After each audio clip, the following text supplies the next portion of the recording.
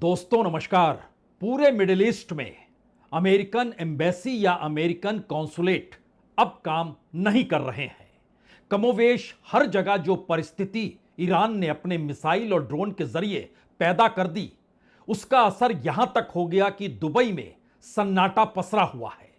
सामान्य तौर पर जितने भी लोगों की आवाजाही होती थी, सड़क, मॉल, चकाचौंध के बीच 90% गायब हो गई है। बहरीन, कतर, सऊदी अरब या फिर पूरे मिडिल ईस्ट में जहां जहां भी रिफाइनरी काम कर रही थी या फिर जहां तेल निकालने पर काम हो रहा था, सभी जगह पर लगभग 70 से 75% काम ठप पड़ चुका है।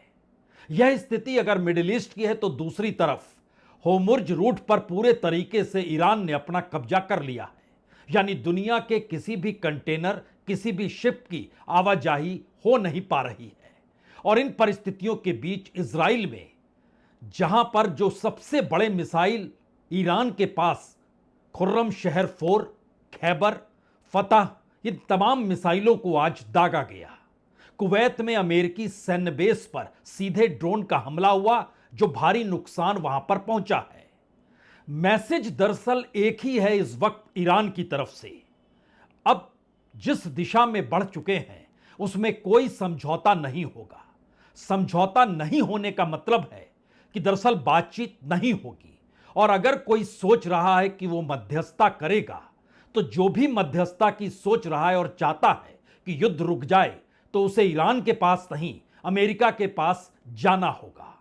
और इसका खुला ऐलान ईरान अब करने लगा है। ईरान के विदेश मंत्री हों, उनके डिप्टी विदेश मंत्री के तौर पर और बड़े अधिकारी जो दुनिया में अलग अलग जगहों पर मौजूद हैं, इस वक्त सभी एक ही बात कह रहे हैं, ईरान आखिरी दम तक लड़ने के लिए तैयार है। और बड़ी बात तो यह है कि इन सब परिस्थितियों के बीच अमेरिका 3 बार यू टर्न ले चुका है। पहला यू टर्न उसने जो पैदल सेना होती है उसको ईरान में घुसाया जाए या नहीं घुसाया जाए, इसको लेकर सहमति हुई नहीं। पेंटागन और व्हाइट हाउस के भीतर एक टकराव नजर आया। दूसरी परिस्थिति हुई कि जितनी बड़ी तादाद में हथियारों को झोंका जा सकता था, वो अगर अमेरिकी बेस से उड़ान भरते तो पूरे अमेरिकी बेस जो मिडिल ईस्ट में है, अब वो तबाह हो चुके हैं। बहुत कम ही काम कर रहे हैं, लगभग 10 से 15%।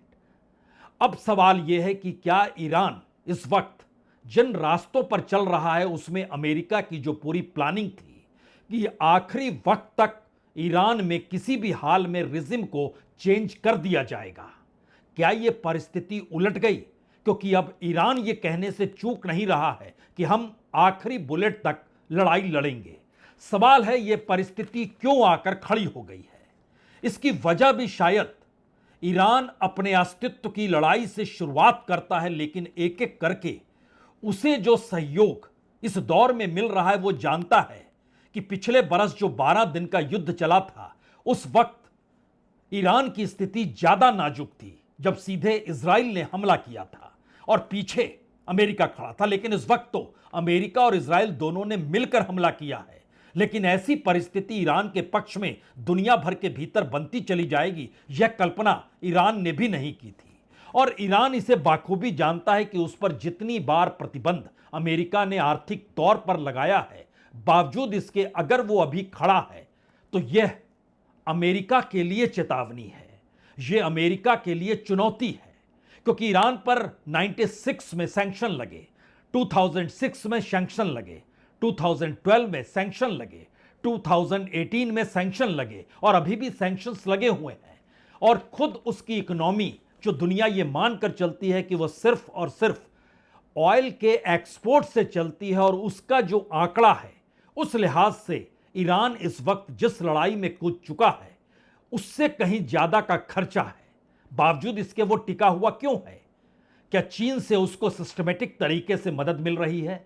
वाशिंगटन पोस्ट ने एक रिपोर्ट की कि हर तरीके से मदद इस समय रूस भी, जो अमेरिकी डिफेंस सिस्टम है, अमेरिकी वारशिप्स हैं, अमेरिकी कॉन्सुलेट्स हैं, अमेरिका के वायु बेस को लेकर जो भी इंफॉर्मेशन रशिया के पास है, जो कि उसने जब वो सिर्फ यूक्रेन से लड़ रहा था उस वक्त उसने जो भी चीजें जमा की थी, वो सब कुछ पास ऑन कर रहा है इस वक्त ईरान के पास।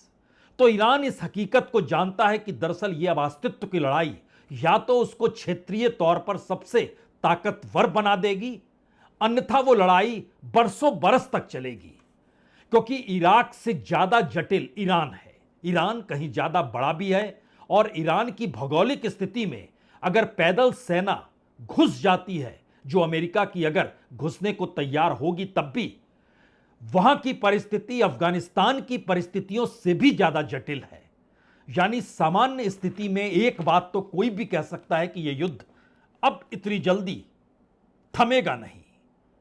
जब हम आपको इस जानकारी को दे रहे हैं तो चंद मिनटों पहले अमेरिकी राष्ट्रपति ने एक सोशल मीडिया पर ट्वीट किया। क्या लिखा उसमें, यह भी गौर करने वाली बात है। पहली बार उन्होंने लिखा कि ईरान को फिर से महान बनाओ, इस मामले पर ध्यान देने के लिए धन्यवाद। यानी ईरान को महान बनाने की दिशा में अब अमेरिका बढ़ेगा। इसका जिक्र वो कैसे कर रहे हैं, जरा पूरे हिस्से को सुनिए, देख लीजिए पहले जो अंग्रेजी में किया गया है, उसके बाद उसका हिंदी मजमून आपको बतलाते हैं।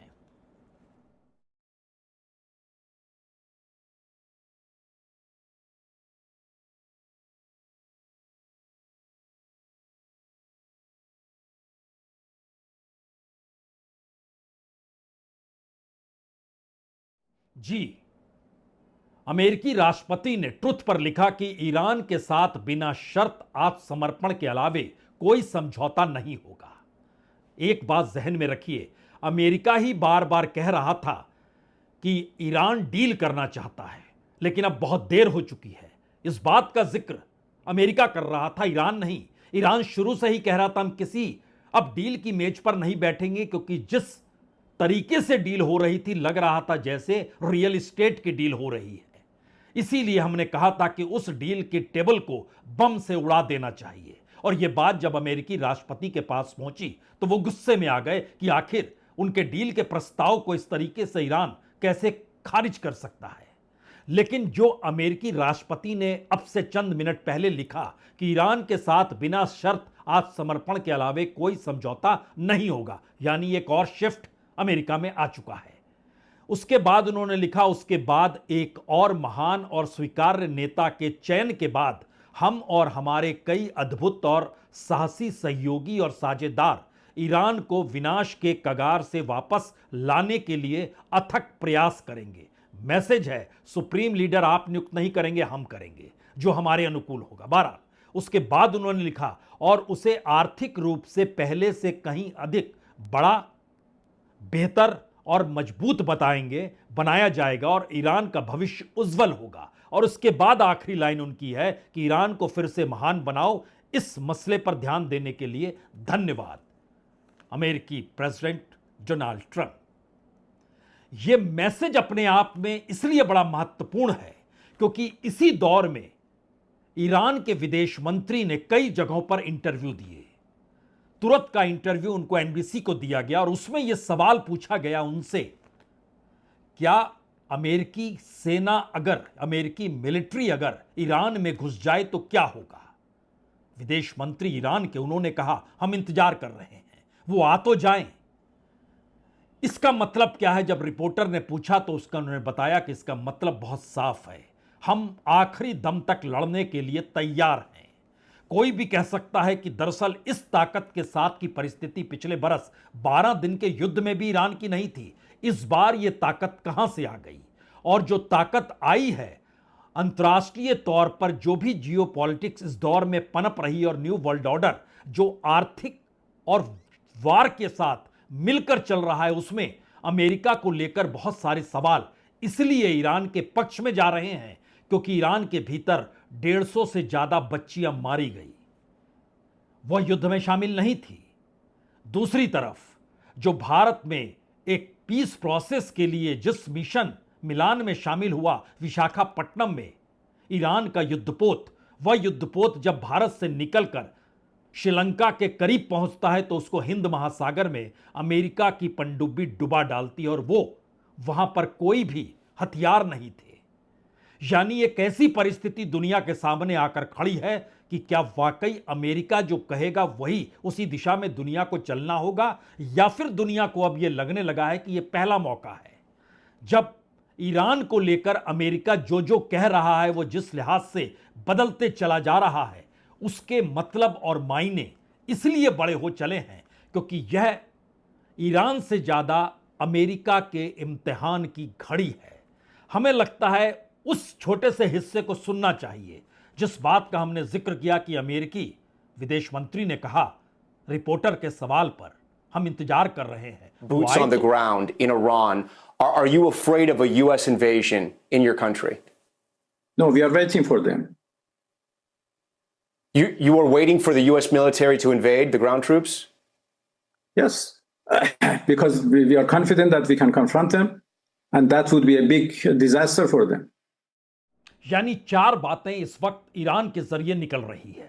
पहली बात, मिडिल ईस्ट में अमेरिका के अड्डे पूरे तरीके से खत्म हो जाए और यह मैसेज दुनिया में जाए कि ईरान ने अब मिडिल ईस्ट में अमेरिकी बेस को खत्म कर दिया और मिडिल ईस्ट के देश भी अब स्वतंत्र हैं, अपने तौर पर काम करें, अपनी सुरक्षा खुद करें और इस्लामिक कंट्रीज के तौर पर उनकी भूमिका आने वाले वक्त में इजराइल को लेकर एग्रेसिव होनी चाहिए क्योंकि गाजा पट्टी में इजराइल ने जो कुछ किया उसको कोई बर्दाश्त नहीं करेगा। इसका जिक्र पहले भी मिडिल ईस्ट के देश कर चुके हैं, तो यह मैसेज वो देना चाहता है।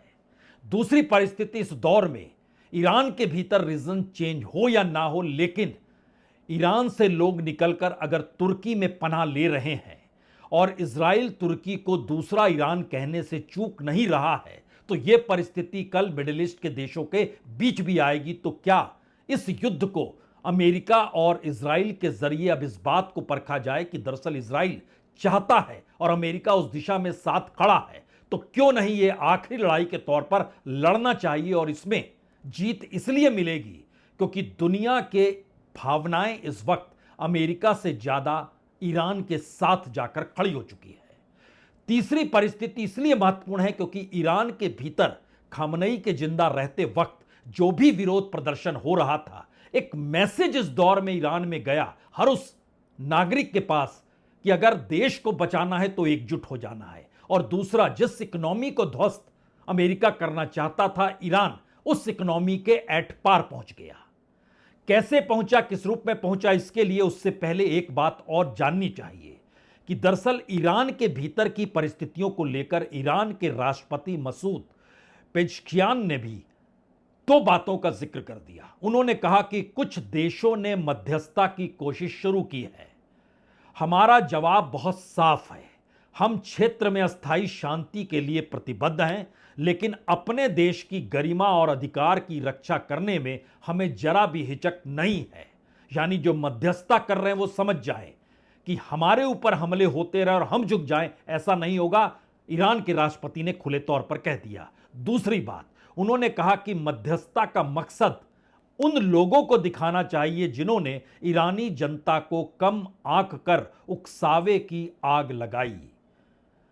मध्यस्थता से ईरान इनकार कर रहा है, बातचीत से ईरान इनकार शुरू से करता रहा, मिडिल ईस्ट की परिस्थितियों को बदलना चाहता है, इजराइल को उसके अपने देश में केंद्रित रखना चाहता है, अमेरिका को यह पाठ भी देना चाहता है कि आपकी शर्तों पर चीजें नहीं चलेंगी, क्योंकि इन सब के बीच यूनाइटेड नेशन की जो न्यूक्लियर कमेटी है, जब उसने भी कह दिया कि ईरान के भीतर कोई न्यूक्लियर हथियार है ही नहीं, तो फिर किस न्यूक्लियर हथियार को लेकर बातचीत का जिक्र हो रहा था? यह सवाल शायद सबसे महत्वपूर्ण इस दौर में है। यानी जो डील थी वो सिर्फ इजराइल के लिए थी, ग्रेट इजराइल बनाने को लेकर हो रही थी। यह बात इसलिए भी कहीं ज्यादा बड़ी महत्वपूर्ण हो गई है क्योंकि इन सब के बीच जो अमेरिका के अधिकारी हैं वो दुनिया में तमाम जगहों पर अमेरिका की ताकत का इजहार कर रहे हैं, ईरान को पूरे तरीके से अंजाम तक पहुंचाने का जिक्र कर रहे हैं, लेकिन उसके काउंटर में ईरान अब पहली बार कह रहा है अंजाम तक तो हम लेकर जाएंगे। और शायद इस बात को इस रूप से भी परखना चाहिए, जो हमारी टीम ने इस पे काम किया, उन्होंने कहा कि यह पहला मौका है कि युद्ध के वक्त अमेरिकी राष्ट्रपति को उनकी टीम घेर कर खड़ी हो जाए और धर्म गुरुओं का पाठ शुरू हो जाए। यानी एक मैसेज यह भी जाए कि एक तरफ ईसाईयत है, दूसरी तरफ इस्लामिक है। क्या ये एक सिविलाइजेशन और रिलीजियस कॉन्फ्लिक्ट में अमेरिका तब्दील करना चाहता है इन चीजों को? हमें लगता है इसको एक देखना चाहिए, जो अमेरिकी राष्ट्रपति के लिए जो धर्मगुरु वहां पर पाठ कर रहे हैं। We are honored to come before your presence today, lifting up the arms of our president. We pray for your continued blessing and favor to rest upon him. We pray for wisdom from heaven to flood his heart, his mind, and Lord, you will guide him in these challenging times that we're facing today. I pray for your grace and your protection over him. I pray for your grace and protection over our troops and all of our men and women serving in our armed forces. And Father, we just pray you'll continue to give our president the strength that he needs to lead our great nation as we come back to one nation under God, indivisible, with liberty and justice for all. We pray your heavenly blessing upon him in Jesus' name.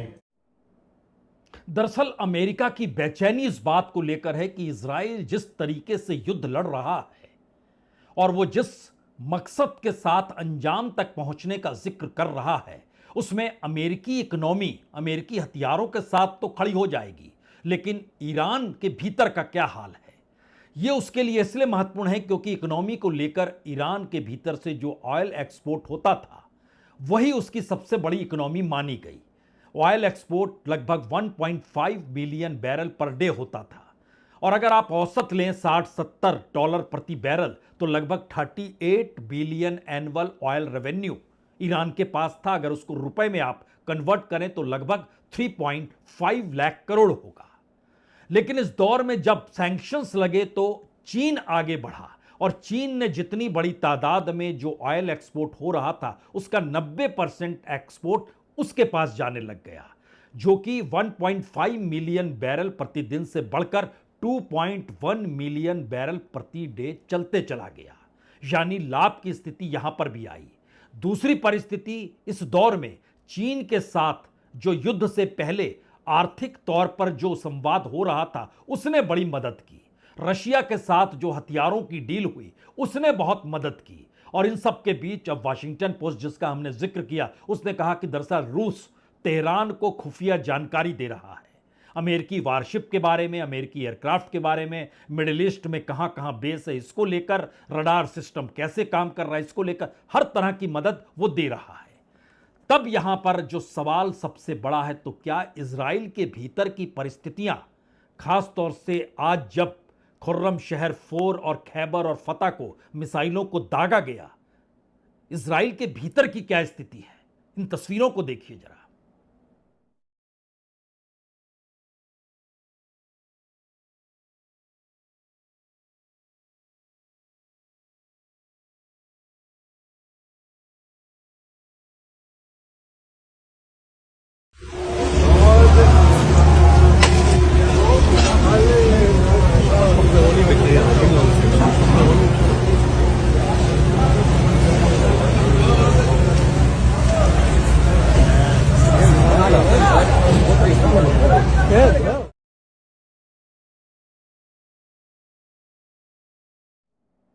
तो क्या इस युद्ध की door इस वक्त Iran के हाथों में है? क्योंकि पूरी दुनिया की इकोनॉमी पर असर होर्मुज रूट से पड़ रहा है और होर्मुज रूट पर कब्जा ईरान का है। मिडिल ईस्ट के भीतर अमेरिकी बेस जिनकी कुल तादाद 100 से ज्यादा रही, उन तमाम बेस को ध्वस्त कर दिया गया और आज कुवैत के भीतर अमेरिकी सैन्य बेस पर भी सुसाइड ड्रोन से अटैक हुआ है। दूसरी बात या कहें तीसरी बात, जो अमेरिकी कॉन्सुलेट और एम्बेसीज काम कर रहे थे वेस्ट एशिया के भीतर, सभी डिस्टर्ब है और अपने लोगों को अमेरिका ने निकालने के अलावे कोई ऐसा कदम उठाने की स्थिति में वो आ ही नहीं पाया जहां से लगे कि वह ईरान के भीतर रिजिम चेंज करने की दिशा में कोई कदम उठा रहा है। और चौथा सवाल, क्या वाकई एक ऐसी परिस्थिति अब युद्ध को लेकर आ गई है और ईरान के भीतर से ऑर्डर बहुत साफ है, इस युद्ध का मकसद ईरान, इस्लाम, खामनई की विचारधारा, इस्लामिक देशों को साथ खड़े करने की सोच और वेस्ट एशिया में इजराइल की मौजूदगी, यानी मौजूदगी के खिलाफ और अपने साथ खड़े देशों को कैसे किस दिशा में जाना है, इसको लेकर सबको एक स्वायत्त परिस्थिति दे देने की सोच। यह ऑर्डर इसलिए खतरनाक है क्योंकि अमेरिका के सामने ऑप्शन दो ही बचते हैं। युद्ध से पीछे वो हटेगा नहीं, लेकिन टैक्टफुली यह युद्ध कितना लंबा खींचे और कैसे खींचे, इसको वो तय कर सकता है। यानी युद्ध चलता रहे, और यह युद्ध 1 2 3 4 हफ्तों का नहीं, 1 2 3 4 महीनों का भी नहीं, कहीं ज्यादा हो सकता है। लेकिन जो आखिरी सवाल इस दौर में सबसे महत्वपूर्ण है, वो है कि अगर ईरान अब अंजाम तक पहुंचने के लिए अपने देश में तैयार है, और यह मैसेज पूरी दुनिया में है कि ईरान में हर कोई अपनी जान की बाजी लगाने तक को तैयार है, लेकिन अमेरिका के भीतर जब सैनिक, वेटरन सैनिक ही सवाल उठा रहे हैं कि इस युद्ध में इजराइल के लिए अमेरिकी सैनिक जान क्यों दे, तो आखिरी सवाल यही है कि अब पहली बार अमेरिका, वह भी उस दौर में जब दुनिया में लड़ाई ट्रेड और टैरिफ को लेकर शुरू हुई, वो अपने गोल से हटकर उस जमीन पर आकर खड़ा हो गया जहां उसके पास न ट्रेड बचेगा न टैरिफ, और वार उसको उलझाकर बरसों बरस तक रख देगा। शायद ईरान इस दिशा में पूरे युद्ध को डिजाइन कर चुका है। बहुत बहुत शुक्रिया, बहुत बहुत शुक्रिया।